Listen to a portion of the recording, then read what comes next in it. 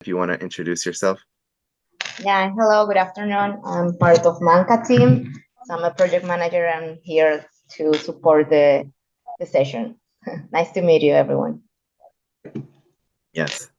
So part of what we do, we're a full service consulting company. We specialize in project management as well as design to build.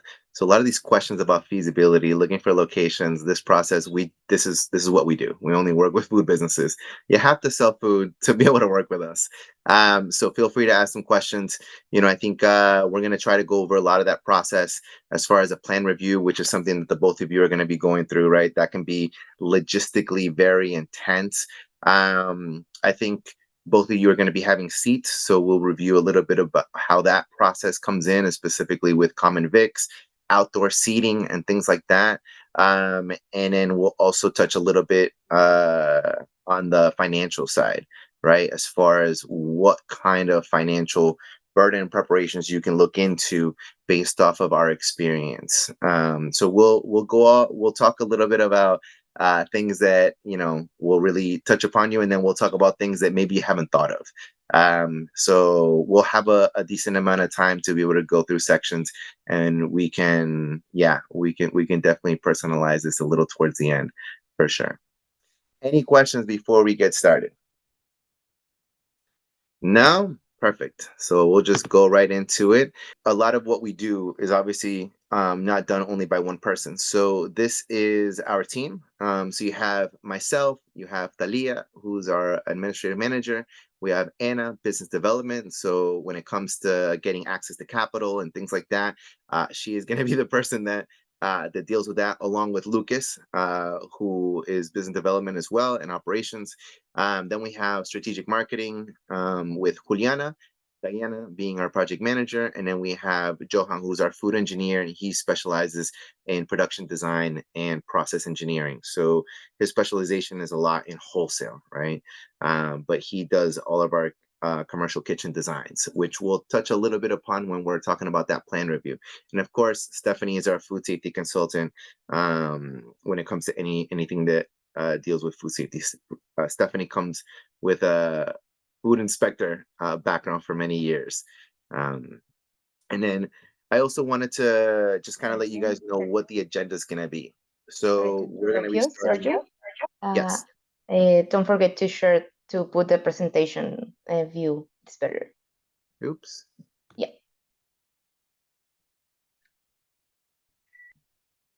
yeah, we can see it. Thank Excellent. you. Um, And then, so we're going to start with how do you start? We're going to do licensing and permitting, plan reviews. We're going to talk a little bit about the timeline, which actually becomes really important when we're talking about feasibility, right? We will touch. I do want to, now that both you are going to be looking at locations, the timeline becomes important because the process always takes longer than you thought, and it's always more expensive than you thought.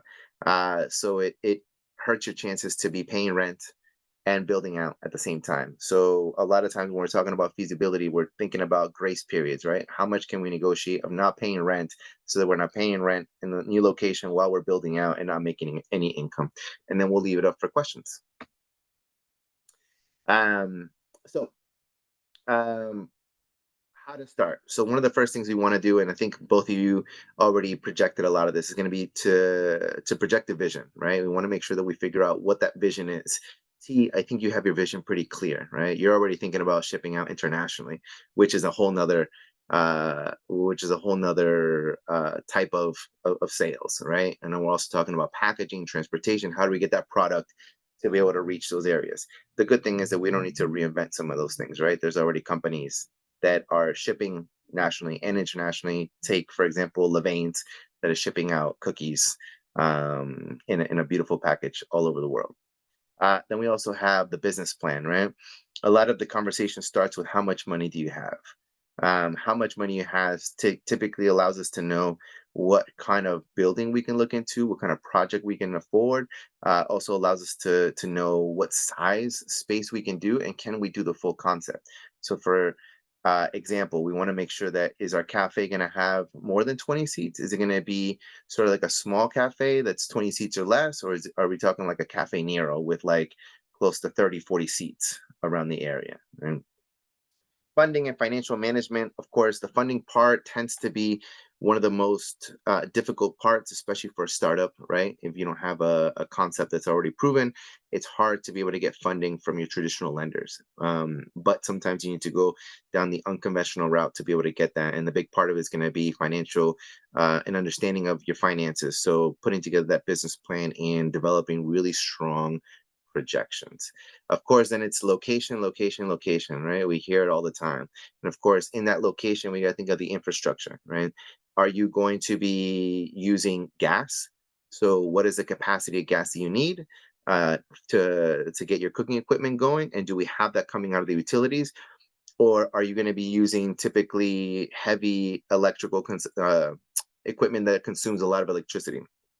So do we have three-phase connections in there, or do we only have uh, single phase connections coming out of it? Do we have enough amperages for that building, or do we need to add another service? Right. These are questions that we need to start thinking about as we're looking for locations and building the infrastructure for that location. And of course, legal and regulatory requirements, right? Of course, that's the one thing, right? Once we get into the permitting and application process, we want to make sure that we have a lot of this already figured out so that this application process becomes very simple. So first things first, we want to make sure that we're registering your business. So of course, your options typically are going to be sole proprietor. We have an LLC, and then we also have corporation. With this, it's going to be an S corp or a C corp, right? The biggest changes for that, I guess, the main reason why we would want to go with an S corp is you get a lot of the benefits as an LLC. So a lot of the profits and losses are passed directly to the shareholders. If you are a corporation of one or two, this might be your best option. On the other hand, a C corp might be good if you're going to be looking for investors, right? Because that structure is a lot easier when it comes to investors, and that will lead. But this structure obviously leads to uh, taxes being charged not only on the dividends, but when they're also distributed to the shareholders, leading into double taxation. Now, we also have licensing and permits. So, just to kind of go over a few of the different things. So, we have, depending on the location, right? So, let's go off of, let's go with T for example. If you want to be open, let's say to 12, that you can do by right, right? And specifically, if you're going to be in a commercial business zone.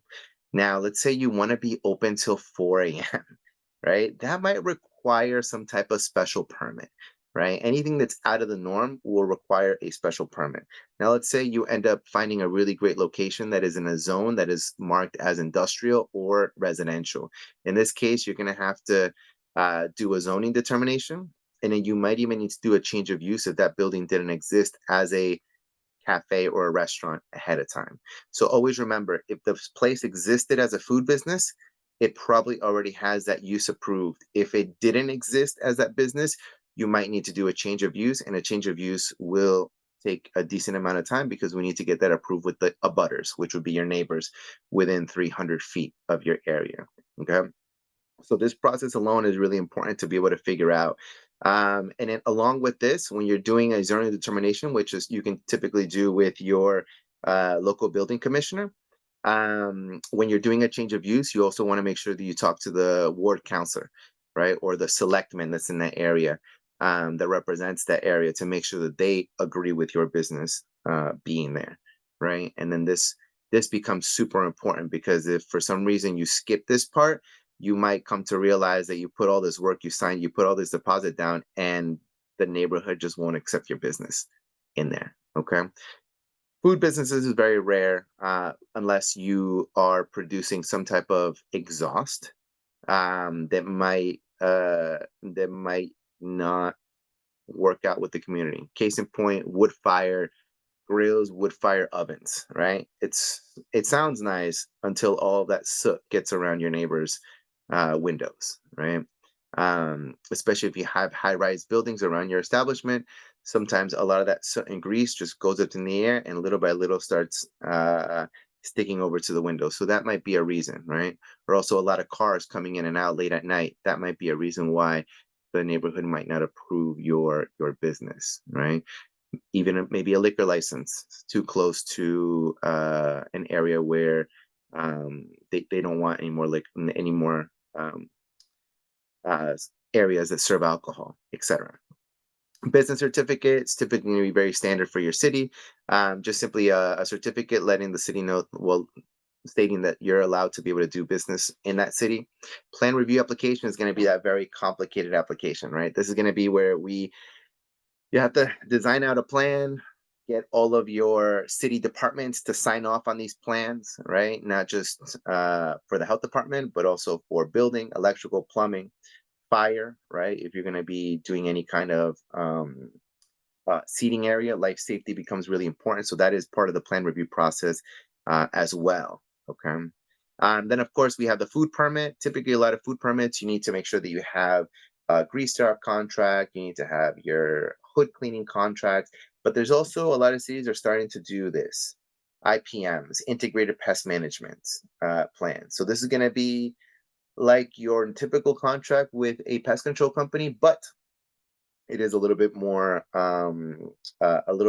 thorough, right? So that is something that you could be asked to do, specifically if you're going to be doing new construction as well. Okay, and of course you also have your dumpster permit and your common victualers. Common victualers in this case is if you have seats and you're going to be serving customers or guests inside of your establishment, you're going to need that common victualers activated. Entertainment license, believe it or not, you need a license to be able to have TVs, dance floors, DJs, live music. These are all separate licenses. There's a separate thing that you need to get, and you need to make sure that if you have a dance floor, that is written into your entertainment license. And then, of course, liquor, beer, wine, and malt licenses, right? So every city manages it differently. Somerville, as far as I know, still has licenses available for beer and wine. So if you were looking for something like that, then that might be something else. But every city does a little bit different items, different structures to it. Some of them allow BYOB. Some of them have full liquor licenses. Others don't. Some don't have malt licenses. Some of them just have it's all together. So you can apply for beer, wine, and malt. And others even have cordial licenses, which would be liquors under 25% alcohol and with a certain level of sugar added into them. Any questions so far on any of these licenses, permits, and stuff like that before I go over to the financial part? I I mean, I don't know if it's a question or of a comment. This might sound a bit repetitive for Kelly, but Mm-hmm. I mean, thinking of normal people that don't have an unlimited amount of money, I think any food business will be looking to start in a small location. By small, it could be 600 square feet, 1,000 square feet. Unfortunately, there's not many of those in Somerville that Mm-hmm. are, let's say, being offered for leasing and have been previously a restaurant or some sort of business that avoids all that permitting process. So that's the situation that we are finding. We've been looking at the area for quite a bit now, and that's the challenge that we have. There's not many, and now we are probably going to progress with the special permit application for a small unit, but we don't even know if we're going to get it. Many of the comments that you raised is things that we are facing already with the neighborhood, with the neighbors, etc. So I guess my question is how how many businesses fail at that stage, given that situation. Of course, if I could have gone for a place that was a cafe already, I would have gone straight to that, but it just doesn't exist. I mean, if you want, you have to do it for 4,000 square feet, which is out of my budget. So I guess the question is, I mean, how critical that step is, and how many businesses just die there. So I would say the best thing would be to figure a lot of that stuff out before you even sign your lease. So there is a lot of barriers to be able to find a location when it didn't exist as that use. Like you said, you're starting to hit those walls at the current moment, right? There is, I would say, I don't know statistically how many, but there is a reason why when you walk around many cities, do you see a lot of coming soons and they never open, right? It goes months and months and months of coming soon and they never open. And a lot of times you'll see different owners go through it. We worked on a lot of projects that have been a year and a half, 2 years in the process before we can finally get them open. And we're hired maybe 6 months before they finally open, right? So it is something that the more you know, the easier that process gets. So it's good to know that you're going through that process. So I'll focus a little bit more on that as we go towards the end. But the financial planning part, believe it or not, is really important, but you can only do it really well if you understand all of that effort that you need to do ahead of time, right? Because picking the right location strategically, not just from the market and in the demographic, but picking it for how quickly it's set up, the location. Do you have already like some type of good relationship with the city councilman or woman, um, etc. Having all those things figured out is super important. Tenant improvement, right, is another big thing that I want you guys to also realize. If it's going to be under new construction, landlords typically tend to have a tenant improvement budget. So that is money that they've assigned to that vanilla box, right? That's, we're talking about a vanilla box being like just straight concrete area that they've assigned to somebody that is going to finish that build out. As long as you spend it on things that are going to stay with the building, like finished plumbing, HVAC, finishing the electrical panels, things like that, that then you can use it towards that. And that could be anywhere between, I've seen as low as 40,000 to right now we have a client in Malden that's getting 700,000. So it's a really big gap, right? So it depends on a lot of the developers thing, but the more you know about it, the easier it is to get this, because you need to really make it valuable for that developer Yeah. to give you that money, so that they're not just giving you the money to build out, they're giving you the money so that you can attract more people to the building or that development. So I hope that sort of kind of answered your question. But we can talk about it a little bit more. So financial planning. So when it comes to financial planning, obviously we just talked a little bit about what the business plan is, right? We also want to make sure that we're outlining the concept, cost, projections, growth strategy, right? This is where we really need to start thinking from a financial point of view. And when we're talking about projections, we're not talking about very simple, right? We want to make sure that we're including every single cost that we could possibly include, everything down from cell phones to the internet costs. We're going to consider taxes, payroll, workers' comp insurance, even down to an average of what we're going to be paying in like family medical leave uh, cost and during payroll, right? All of those payroll costs. We want to make sure we have all those things incorporated, so we're really getting a good understanding of how long it's really going to take us. I would say on average, most businesses are able to do their projections and recover that initial investment within 2 to 3 years. So just so you guys are aware, if you're thinking about opening the business, you need to make sure you're projecting out 3 years, because you will not recover that investment within your first year. So you want to make sure that you're aware that you're going to slowly be repaying that, over the course of the time. And you want to make sure that you're also being as realistic as possible. Budgeting and forecasting. Of course, we want to make sure that forecasting is one of the things that we're taking into consideration, specifically depending on your business, right? So cafes, right? If you're near a school area, right? You want to make sure that you understand that, around that time, if there's a lot of students, then your cafe times are going to be your busy time is going to be during that school time, right? During the summertime, probably going to be on the slower side. Specifically, if you're in an area with a certain demographic that likes to vacation during the summer could be one of your slowest periods. Um, Tea, as far as you, right? If you're doing desserts and chocolates, your high time is going to be during specific holidays. Let's think Mother's Day, Valentine's Day. Aside from all of the other things you have, you're going to have extremely high points around that as well. So there is a lot of things that we want to make sure that we take into consideration when we're doing those projections. Part of that is going to be forecasting those trends of when we're going to have peaks and when we're going to have our lows. And then, of course, we want to make sure that we not only determine our costs, but also determine what our revenue goals are, right? So whenever we're putting together a business plan for capital acquisition of capital, we want to make sure that we have realistic revenue goals, right? So that we realize we have something to meet once we open up, right? Once we open up, at least as long as we're making this amount of money, we should be good as long as we're incrementing every so often, right?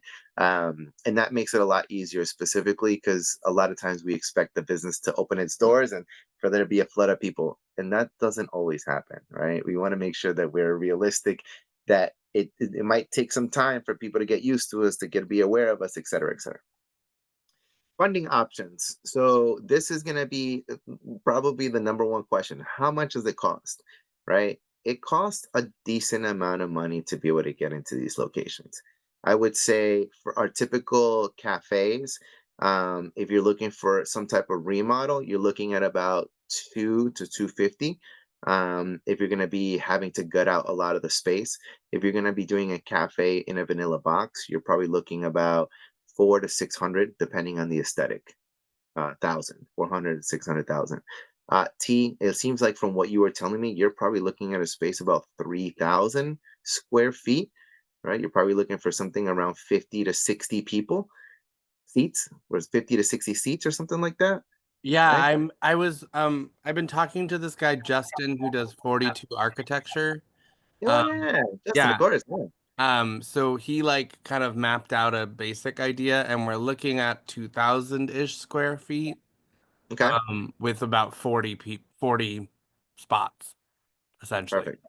Um Yeah. So doing those initial designs are super important, because for people like us that need to figure that out, like we can already see, all right, so we're looking at $2,000, we're looking at 2,000. So what's the price per square foot that you can be in? That information is super important. How many seats? Because the amount of seats is based off of the amount of bathrooms you have. More bathrooms, more seats. So if you want to have anything beyond 60 seats, you need more than two bathrooms. So those are some considerations you need to take into consideration. Rule of thumb is going to be, if you have seats, 15 square feet per seated person is a good sense of occupancy. And then if you have standing room, like if you're going to be doing like maybe standing events and things like that, you can do a double occupancy, and that's around 7 square feet per person. So that's kind of like a roundabout estimate when you're looking at spaces. If you can have a space that's, I don't know, let's say let's say 1,000 square feet, right? You just take that and divide it by the 15, and that's probably where you're going to get for a seated space. So funding wise, it's very, it's almost, it's almost impossible to get a bank loan for a startup. We're a very high risk business, right? I have yet to get a bank to put out that kind of money without someone putting up their house, right? And the bank basically lending on the value of that home. I will tell you, there are different organizations. I would say small business loans, like with a CDFI, so Community Development Financial Institution, right? That would be one. So here on the bottom, I have Nectar Community Investments. They're a statewide organization, and they're a CDFI, and they do loans for these businesses that have already been denied by a bank. So you actually need to be denied first, and then you can apply with them. So there would be somebody that would actually fund a startup. They won't give you more than 100, but it's better than nothing, right? Um, and of course, there are different grants in different neighborhoods. I know there's every city, depending on the moment in time, they have different grants that are available. Um, and then, of course, there's also crowdfunding, right? There was this grant through MCCI. mass growth capital, sorry, that was tied into crowdfunding, and they would match up to $20,000 in the crowdfunding. So that is another way that you could even look at it as well. I will say another one that tends to be more realistic than not that isn't on here is going to be partnerships. So a lot of times we'll see a lot of partnerships come about where there's somebody that knows the business and is able to manage the business and grow the business, but then there's the other person's funding the business. You'd be surprised the amount of people that want to be involved in food that have no idea, they don't plan on managing it, but they want to say that they're owners of that food establishment, right? And then, of course, we want to make sure that we're setting up our bookkeeping and taxes, right? Hire an accountant and or use these accounting services. I would say as a startup, many times you're going to want to learn at least how to manage these your finances. So QuickBooks or Xero are two accounting firms, well, two accounting um, companies where you can manage your own books, right? So, and then once you learn how to do that, the best thing is to give it off to an accounting company, a bookkeeping company that can take over those books for you. And then that way it's one less thing that you have to do. Okay. So a couple things that we also need are going to be that ServSafe certification. One of the core things that we need when we're applying for a food permit, right? And both of you guys, T, you have it? You're good to go? Perfect. Gustavo, your partner might have it already? No, we've obviously scoped this, but we are trying to limit let's say, the expenses that we have at risk right now. If we don't know if we're gonna get a special permit, why would we even, commit to paying this? So for us, everything is now, let's say, waiting on the special permit. If that doesn't go ahead, then we have to start back. So we're trying to limit the commitments that we have. I mean, we know we have to get it. This is on our agenda. Okay. All right. Perfect. So, yes, so there are multiple different courses of food safety manager certificates. ServSafe happens to be one of them. So, it is probably the more recognized one. And of course, in the state of Massachusetts, you also need an allergen awareness training as well. So, along with your ServSafe, you also need this allergen awareness course, which now it used to be just a video. Now it's actually a actual course you need to take for the state of Massachusetts. Okay, so when we're talking about our plan review, right? So this is once you guys already filled out you guys already came to an agreement with the landlord, you guys signed off on your lease and all that stuff. A couple things that you guys will need for your plan review is your menu, right? For somebody like us that designs commercial kitchens for a living, we base everything off of your menu, right? If you tell me you're going to be making um if you tell me you're going to be making chocolate, for example, right? One of the things that I know that T is going to need at some point is going to be not only somewhere where he can temper and melt his chocolate, but also maybe even a stone where you can start manipulating some of the chocolates as well. So, kind of taking that into consideration, we want to make sure that we understand it, right? So, what kind of ovens are you going to be needing? What kind of cooking equipment? Are you going to be needing as well? Are you going to be frying anything or not, right? Can we avoid having to put a type 1 hood? Can we just go with a type 2, which is a lot cheaper? So there's a lot of things that we can determine based off of the menu, right? Refrigeration, dry storage calculations. Just remember that when we are handing in the plan review, part of the food code requires us to be able to have enough refrigeration and enough dry storage.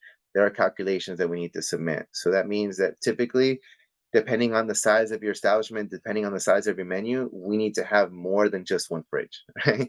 We need to have sometimes walk-in coolers, or a minimum, a couple 2 doors and a couple 3 doors potentially in there, right? Depends on the extensity of your menu, and it depends on the amount of deliveries that you will be getting. Then we also have hot water calculations. So this is one of the things that typically will catch a lot of people off guard, right? Why do I need a 100-gallon hot water tank? And why does it have to be commercial? Well, in a restaurant, we are washing things constantly, right? Typically during prep in the morning time, or definitely at night when we're cleaning things up. So we need to make sure that we have a standard of hot water at all moments in time. Why? Because our food code requires us to have a minimum of 100 degrees coming out of the hand washing sink, 120 degrees minimum coming out of the three-bay sink, and it requires our dishwashers, if we have one, to be able to have a minimum a minimum of 180 degrees if we're sanitizing with hot water. So this requires us to have hot water constantly for food safety purposes. So we need to calculate the maximum usage, and then with that, we put together the recommendation on what size hot water tank we need. And they will always be commercial. Just remember, everything in your commercial kitchen cannot be residential. It has to be commercial. And that's when we start submitting the equipment list, right, with the specification sheets.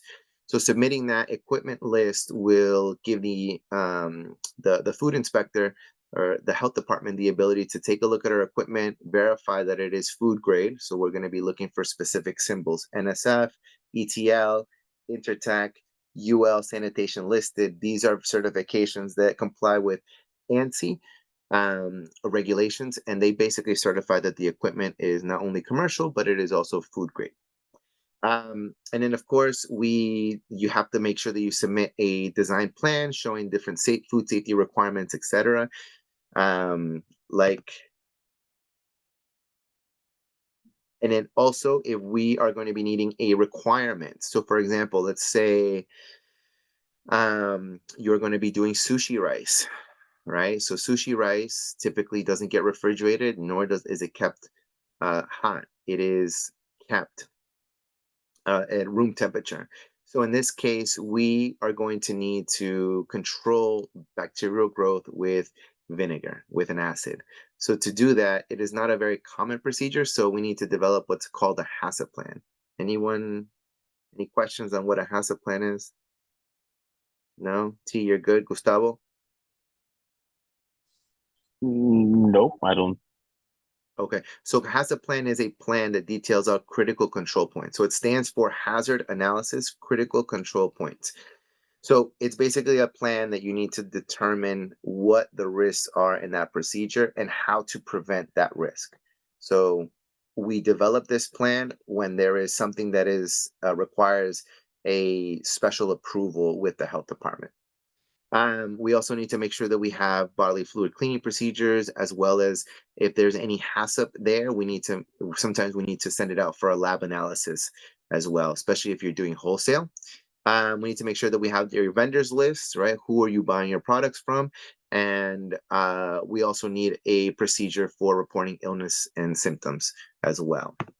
So when it comes to the design layout of it, right? This is a simplified version so we can get an idea. So when we're designing these plans, we need to make sure that we're designing it not only with the layout, it has to be to scale. You have to make sure that you're marking down not only where the seats are located, but where your exits and entries. We need to make sure that we're putting down all of the equipment laid out. And then we also have a schedule of what is the equipment, what number is it marked on this floor plan, where are hand washing sinks, where are our refrigerators, etc., etc., etc. So this is one thing. We also need to make sure that we are submitting a calculation on the storage. So for example, when we are doing a refrigerator, we're going to draw out the walk-in cooler with all of the shelving inside of it, with the dimensions on the shelving, and then some of the equipment detailed out, so the inspector knows that it's a walk-in cooler and it's going to be equipped with this amount of shelving, and we use that to be able to calculate our storage use. Okay, any questions on this plan review process? How, let's say, flexible are I guess the health department for changes? Because let's say the way I see it is, if you can buy everything new and then you can select the equipment, you already can see the data sheets and plan for everything. But if you're trying to buy secondhand to make things a little bit cheaper, then you cannot buy whatever you want. You can buy whatever is available the moment you get to buy things. So you might say, hey, I can work with this fridge or with this one. They're both relatively the same, but obviously the specification sheet is going to change. So, for example, that's just to put an example, we've bought a commercial refrigerator display already because new it costs 18,000. I reached out to the supplier. I could find that in Facebook Market for 300, and it's perfectly working fine. You can see the amount of saving that you have by buying secondhand. So Yeah. To me, that's critical on the financial viability, but I need flexibility from the health department, assuming that everything will be commercial grade, but I don't know what I'm gonna be able to find the moment I get to equip and build the kitchen, if that makes sense. Yeah, I will tell you that is there flexibility? There is, as long as you also meet the other requirement, which is in good condition. So I will tell you, when we work with used equipment, there are certain things that we get used, other things we don't risk. Refrigeration is not one thing we risk. Unless it's a refrigerator that is less than 3 years old, we don't risk it, right? Because you don't want to make sure that you want to make sure that your refrigerators are all working and they're in like the best shape they possibly can. Because if your refrigerator dies out, you might you need to replace it. It's fix it as quickly as possible. You might even need to close down. So there is a balance with how much used equipment you can get. The best thing I can tell you is to have the equipment to slowly purchase it, store them, and then we can design based off of the equipment that you have. But the smaller the space, the harder it is to fit that equipment in a small location. Typically, small locations, small footprints that are under 1,500 square feet. It's a lot of very precise dimensions, right? So if you have a used 3-bay sink that you want to use, but it doesn't fit in that space that we've assigned for it, we may or may not be able to switch things around. More than likely not, because we need to make sure we leave room for a lot of other things. So it is a Yeah, that balance, makes I will sense. tell you. So there is flexibility from the city, but you also need to make sure that you understand that you don't want to be penny wise, pound foolish. Because remember, every month that goes by is another month of rent that you're paying or rent that you may use for something else. So if you're using that time to look for the cheapest deal, it might just be better to have that in your budget, right? Because typically a lot of our delays end up happening due to equipment or material delays when it comes to the build outs. So Yeah, that is no, something to consider. absolutely. Yep. So, but there is flexibility. You just need to make sure you comply with that and you're transparent with the inspector. I think all cities want you to open. They're not putting any barriers that are unusual. Um, there, there really isn't a city that doesn't want a small business to open. You just need to make sure you're aware that there are rules that they need to follow for food safety perspectives, right? So used equipment run a risk of that. We typically will go to a facility or a storage container and just pick out used equipment, what works, what doesn't work, and we do that very quickly because we need to make sure that we're either going to go shopping for something else or we can take this and refurbish it and then put it into the plans or not. So yeah.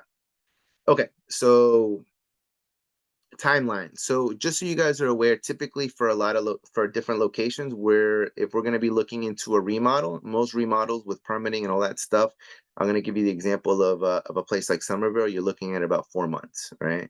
If you're looking into a place that you need to do a special permit, Gustavo, something like what you're passing through, that might be a process of a month and a half to an additional 2 months, depending on what kind of special permit you're trying to push through.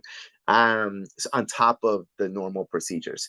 So I would say every city is a little different. The longest one is going to be Boston, right? For you to go through a special permit or a zoning board of appeal, you're looking at between 4 to 6 month process.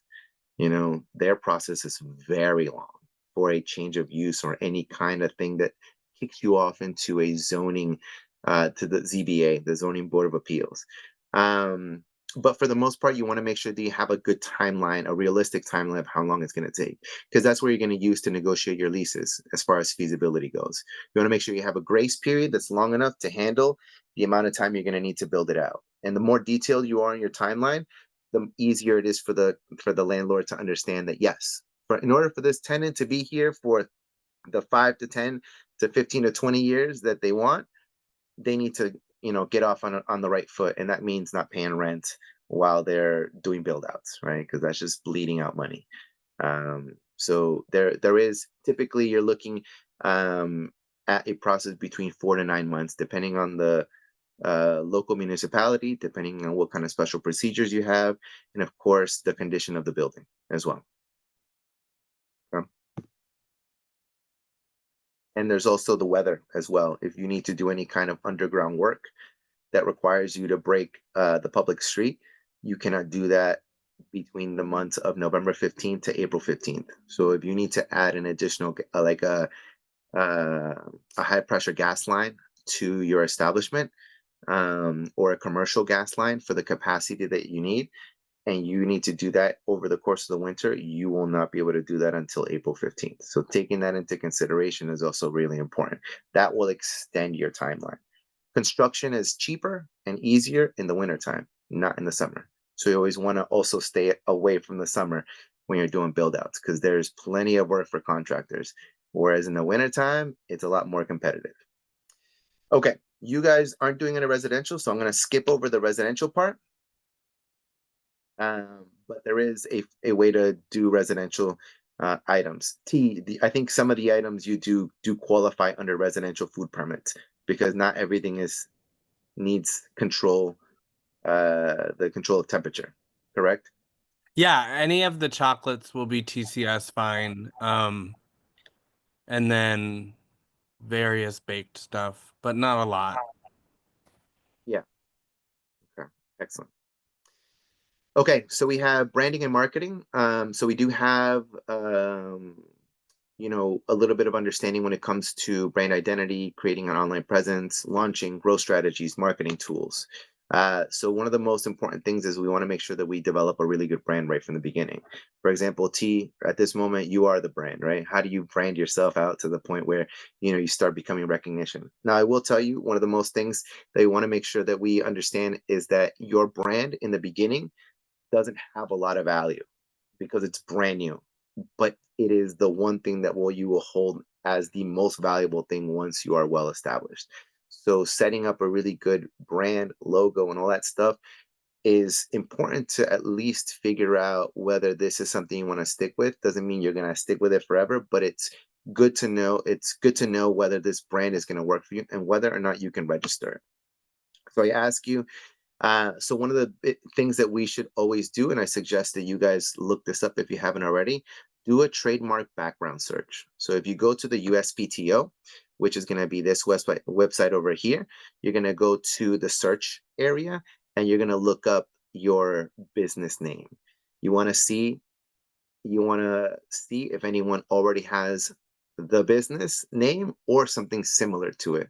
So for example, and then I'll give you a couple examples when it comes to similarities.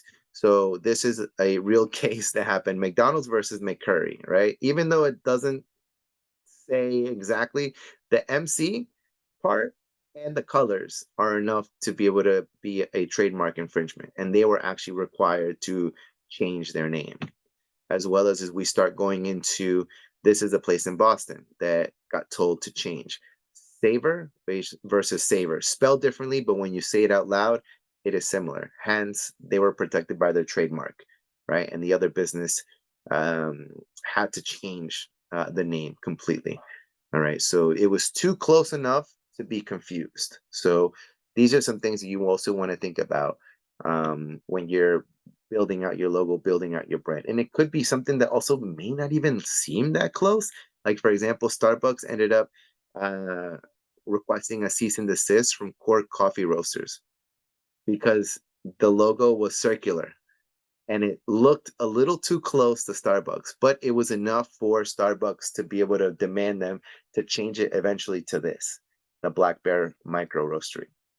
So it doesn't need to be identical. It needs to be close enough. So these are some things to consider when you're talking about developing your brand and building out your logo, etc.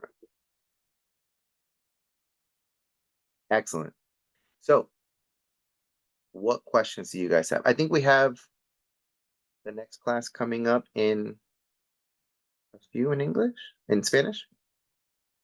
Yeah, we have the Spanish course at 6:30. Okay, so we have time to be able to go over some of the questions that you might have.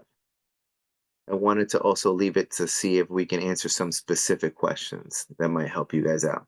So who, T or Gustavo? I'm all ears. I've asked some already. If you want to go ahead, I'm happy with that.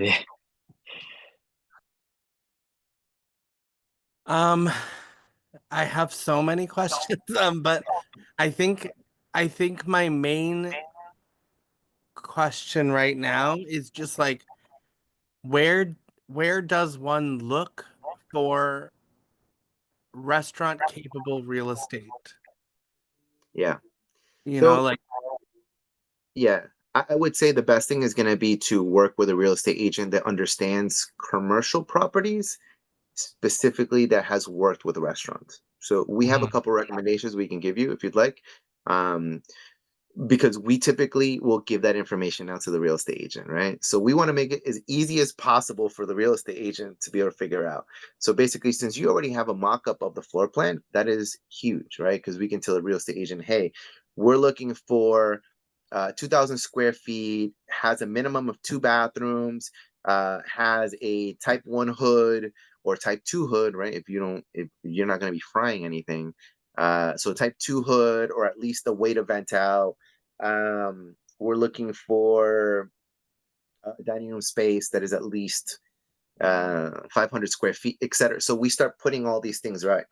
We need, let's say you're going to be using electric ovens, right, to avoid the hood system. Then we need a 3-phase panel, right? That becomes super important because for me to add a transformer to that single phase panel to bring it in to your building so you can use your ovens, you're going to tack on an extra 10 to 15,000. And it might, if I need to request service from the city, that might delay you an additional 2 to 3 months while I'm requesting a service. So figuring out as well your list of equipment allows us to be able to also figure out what kind of utilities we're going to be needing, right? You guys don't fall in this category, but for us, when we work with businesses that have walks absorb at a ton of natural gas, right? That BTU load is really high. That requires us typically to be able to put in a high pressure line of gas coming from the street. Like I had mentioned earlier, right?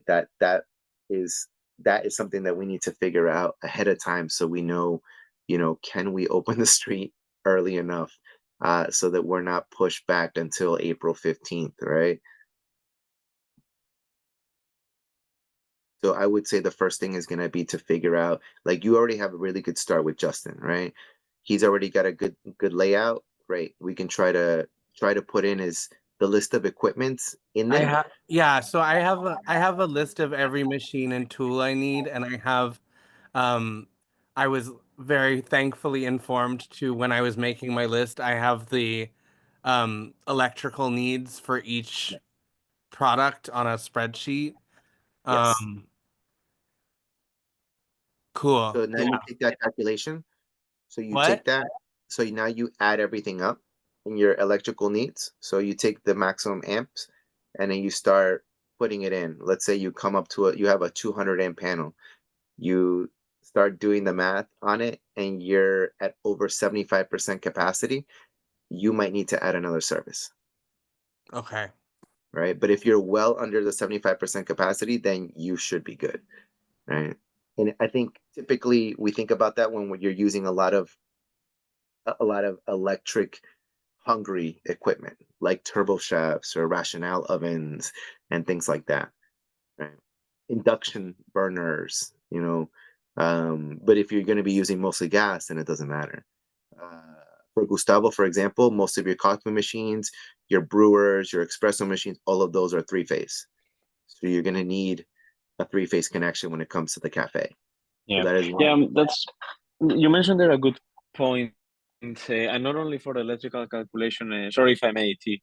Um, also for the hot water calculation, because I've tried to explore the say not the redundancy, but the simultaneously of using different services at the same time. And I haven't found anything on my logic or from my engineering perspective. There's a load factor that you have to take into account. In particular, Yeah. if, for example, you're not going to use the kitchen during service hours, that completely segregates the capacity. If you assume that you're going to use both at the same time, then that can jump to double. But if it's not your intention to operate both at the same time, then that can halve your power requirements. Do you have Yeah, any, the thing is let's that, say, comment in relation to that? yeah, so load capacity we typically calculate based off of maximum load capacity. So you want to assume that this is going to be a busy day, because what you don't want to do is make a calculation based off of not running the kitchen, but running the dining room. And then all of a sudden you have a super busy day and you're running the kitchen and running the dining room and making coffee. And so you want to prepare for a extremely busy day, right? We But always if you plan your operations to say you don't need that, for example, you bake all your goods at 5 a.m. and by 8 a.m. when you open, you're not baking anything. Whatever you've baked, 50, 70 goods is what you have, and you run until you sold out. If hopefully you sell out, But yes. but is that not So possible? if your business model allows you to be able to make enough during the day to be able to also sell out during the night and still make a profit, sure, but that's not realistic. Typically, if you're doing well, you're going to want to produce middle of day, even end of night. And I give you an example. For us, we have some clients that their busiest moment is in the morning and at night, 9 o'clock at night, because their clientele is used to eating bread in the morning.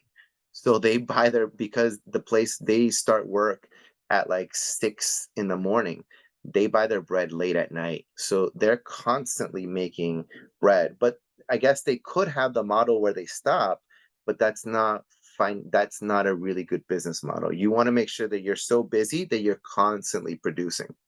If you don't have that mentality, then you need to have a really strong business model where you're producing so much income that you're covering everything and you're allowing for growth in within that very small time frame. But typically, especially now, a lot of restaurants, cafes, and things like that, they're looking for additional ways to be able to make money across different moments in time. And it doesn't mean that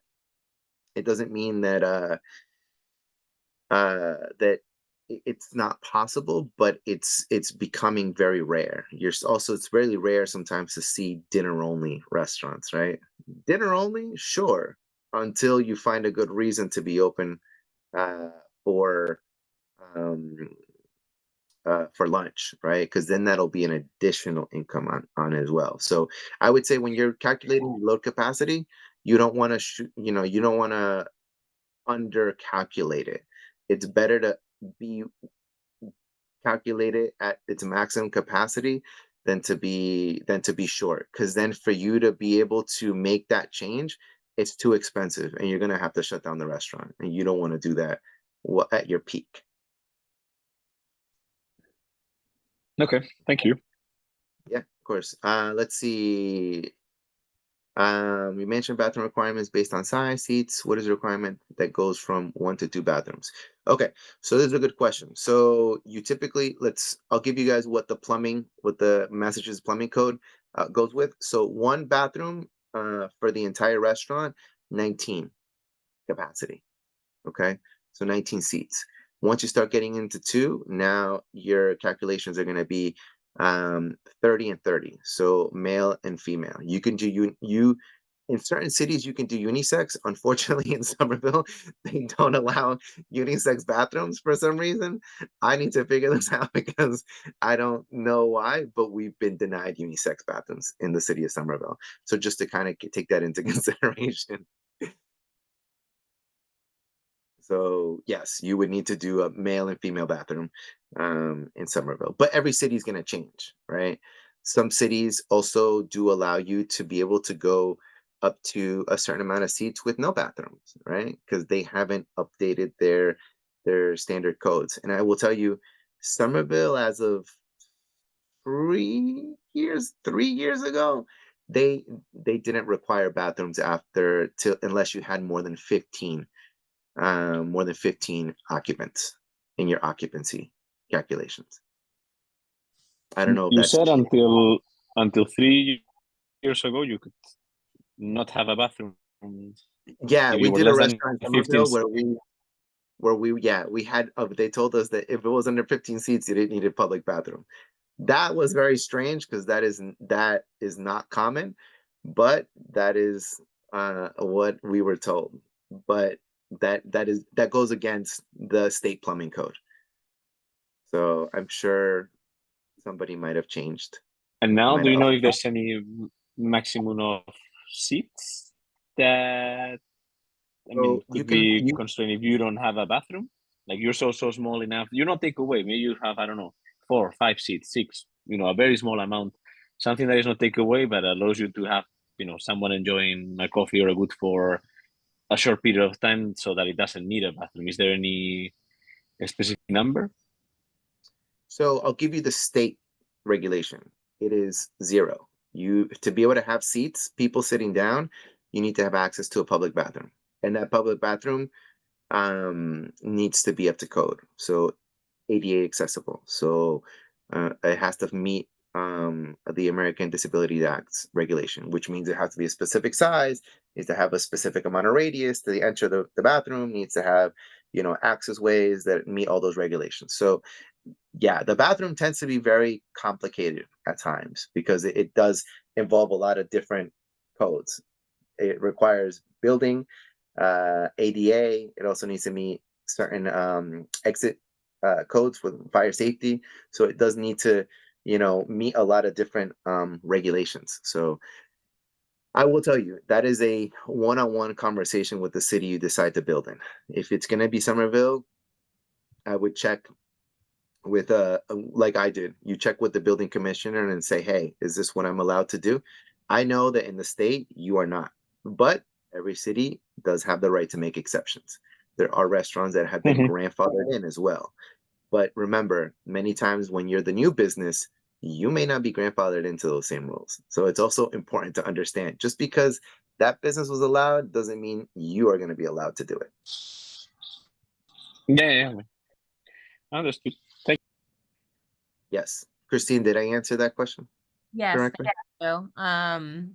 You mentioned that Somerville does not allow unisex.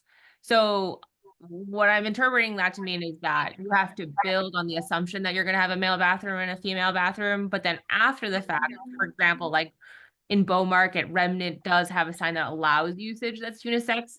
Is that a special permit, or is that just like as long as you sort of meet the threshold requirement, then after that you can kind of use it as you see fit? Exactly.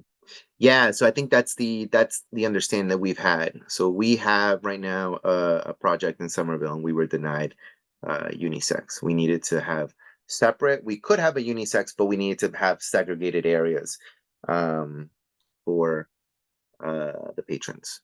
Gotcha. So that is again, those are things that, for example, we can come back and have that discussion. But for us, it was easy enough to make a change on the floor plan. It actually didn't take away much from us. It was a preference versus a necessity. If it was a necessity, then I guess we could push back, and we have pushed back on that, especially for like really small restaurants. Like if Gustavo only had room for one bathroom and they're gonna tell me I can't do unisex, then I need to push back as much as I can. But one bathroom unisex, that not all cities allow it to. For example, in North Reading, I tried to do one bathroom unisex because I had very few seats, and I was not allowed to do it. Gotcha. Thank you. Mm-hmm. What other questions do you have? T, anything else come to mind? No? One on trademark. Do you need to have your LLC established to be able to register your trademark, or is it independent processes? So you could register with intention. That is possible, but I will tell you, you're still gonna have to register anyway. So it's better to, like, if you have your LLC, you can register it to your LLC, and that's a lot better. Or you can even register it to yourself as an individual. The thing is, you need to have your brand or your trademark that you're going to be registering in action, in actual use, a minimum of 1 year. So you can't just decide to do Gustavo's Cafe and register immediately. You need to show that you've been using it a minimum of 1 year. If you do it as an individual, Even as an or LLC. Yeah, you need to okay. demonstrate that you've been owner of that brand for at least 12 months. The process as well, by the way, is long. Right now, the wait time is 18 months. So it's not quick. Yeah. So just so you guys are aware, it's going to take a really long time. When But we register trademarks, it takes, 2 to 3 weeks to register, to go through the paperwork, to get everything registered, and then we wait for almost a year. So right now, the latest wait time that we saw was 18 months. you're So not that's supposed to do that before you open, or before, I mean, you No, let's say you can do it. You don't need to have your trademark registered. There's plenty of businesses that do not never register their trademark, but it becomes important if you're going to be expanding. If you're going to be expanding, you're going to be growing, you're going to be moving state to state to state. If you're going to be franchising, it's a must. Like, you cannot, the only value a franchise has is the brand, is the trademark. So you have to have that trademark. What you don't want to what you don't want to do, and what's happened to people that we've worked with, is that they want to register, they want to franchise, and all of a sudden we realize that that same brand, the same food, almost literally the same name exists and is already registered in North Carolina. And that's happened. So now at this point, now this brand needs to completely change their name, because they cannot expand without potentially being challenged with a cease and desist from the other business. So that's why a quick search on the USPTO website will work out. So that is probably one of the good things that you can do. And is, if you go to uspto.gov,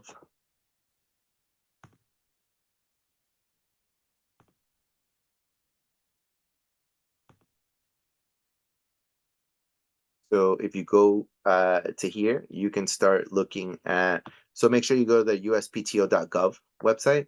You can go here and you can take a look at it. You can do a quick search. So you just go to trademarks. You can start to go here, and then you can take a look. Simply, it is you have to really go in depth. But if you wanted to, for example, to take a look at something, let's just say you wanted to look up Gustavo Cafe, right? You can see who is registered under that name, right? So you have Gustavo, and then this one is already dead and canceled. So you can consider that. You can still get access to it. We can see this one is live, right? And they've registered the name Gustavo, but they registered under bicycle carriers and vehicles. So they can only register under specific categories. If I don't see anything registered under restaurant, bakery, cafe, food, then you could essentially do it. So this would be one of the things that you guys should do with your names and brands, right? Take a look, see what's active, what's not active, etc. And specifically look at the category, the goods and services, right? And then look to see if the status is active or not. What other questions do you have? Christine, actually, what business do you, oh, go ahead, T. Oh no, go to Christine first. Christine, what business do you have? So I'm in the preliminary planning phases of opening or trying to open a cafe. Yeah, and it would be your typical espresso coffee drinks, but then the menu would be influenced by my Cantonese American heritage. So like congees, rice bowls, and then baked goods that are influenced by Chinese baked goods. Okay, excellent. So yeah, I mean, do you have any questions? Are you looking into the Somerville area? Is that why you have a Yeah, question about that? yeah, I live in Somerville. And so I'm exploring hopefully Somerville or Cambridge. I mean, I'm still probably like 2 years out before I'm like maybe a year and a half before I start getting serious about real estate. I started on the journey of real estate and then quickly was like, I need to pause because of all of the, you know, things that I was coming against and kind of what Gustavo was saying with the supply being limited. I didn't want to, get locked into a lease and then not have some of these other parts prepared. Yeah. So yeah, that's kind of where I'm at, but this is a real like exploratory learning part of the phase. And because I have like a pretty robust financial model, and so I'm trying to just fill that all in. Okay. Yeah. So I would say one of the things that I would recommend for the both of you, if you guys are going to be looking into spaces, I would do a lot of what T's been doing. So T, you're a good leg up because we do the same thing. Like before you even sign a lease, we already have some type of concept, so we can at least figure out how many square feet we're looking at, and then we already have a list of equipment. We are kind of like trying to get a listing of it. And I know, like Gustavo was saying, sometimes you're going to be using used equipment, all that stuff, but at least you're kind of, you know what you're going to be talking to the real estate agent for. And believe it or not, a lot of times when you're going through those investigations, you end up coming across somebody that might want to invest in that business, right? Because again, if you're going to be looking at vanilla boxes, you're going to be looking at a minimum of 400,000 to be able to get that cafe going, right? If it exists as a restaurant, you could be looking at a lot less, but it's not going to be less than 100, unless you get super lucky. So yeah, Yeah. I would say a lot of, designing it, getting a good idea of what that concept is specifically. So once you even design it in your head, once you start looking at tiles, going to floor and decor, how much this tile cost me per square foot, you can get a good idea of what that budget is going to look like, Yeah. right? So then you have a lot more flexibility. So a lot of these things we're doing before we sign the lease. We sign the lease almost having a design already. That is very common with a lot of our clients. We're designing as we are pretty much close to signing the lease so that we have a good idea that, all right, great, we know this is going to cost us $900,000 to remodel. So, and we have the money to be able to go into it. If not, we need to ask for a grace period. We need to do changes, things like that. Because you want to be able to focus on other things that isn't, does my idea fit here or not? You, at this point, when you're talking to landlords, you want to be talking about how old is the HVAC unit? Is it 15 years old? Do you own it? Do I own it? Who maintains it? Etc. Right? We want to make sure that we are talking about a lot of things that most food entrepreneurs don't think about. Um, because those are the things that are going to really affect you. HVAC is a big one, right? We always go up on the roof, take a look at the serial number on the HVAC unit, figure out off that serial number how old that unit is. If it's anything over 15 years, oh, it could die any year, right? No matter how well maintained it is, it's a 15-year-old unit, right? So we want to make sure that we put that into the leases, right? When it dies, who replaces it? And after you replace it, who maintains it, right? We typically have the landlord replace it. And then once we have a new unit, we maintain it going forward, right?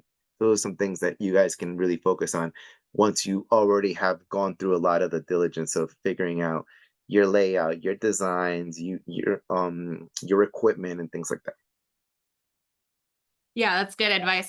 I do have a preliminary list of all of that part, and I have been thinking about like square footage and seating needs and all of that stuff. So I do think, I mean, I think there's still like a lot to figure out in terms of specifically like how many, to your point, like how many ovens and how many shelves are in those ovens and like that specificity. But yeah, I do have that factored into my financial model.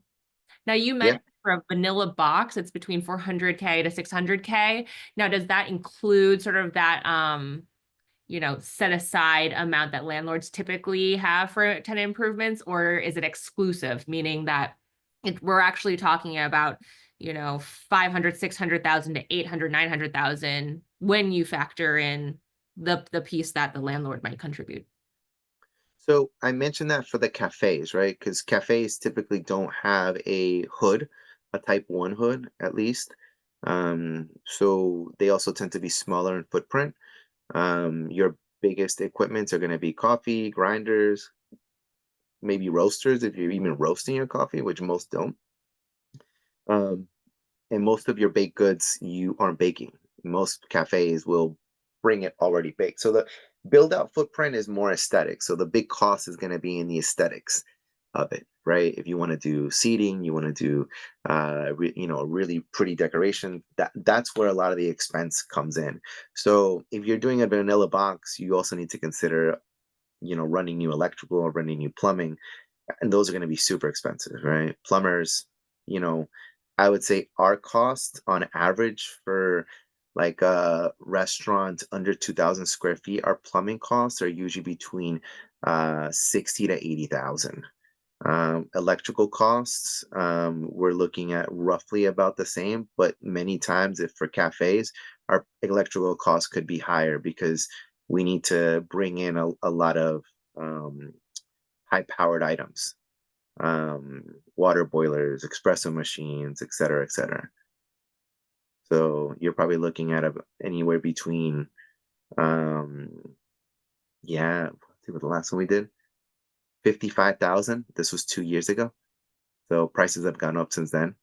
This was for new electrical inside of a location, and this was only one coffee machine.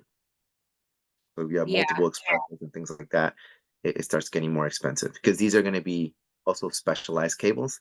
Can't just go to the local Home Depot and pick it up. Some of these are going to be, they have capacity for 30, 40 amp draws out of it. So it gets more expensive as the equipment draws more energy. Mm-hmm. Yep, that makes sense. Yeah. But you guys can also look into cutting some costs with some of the equipment, right?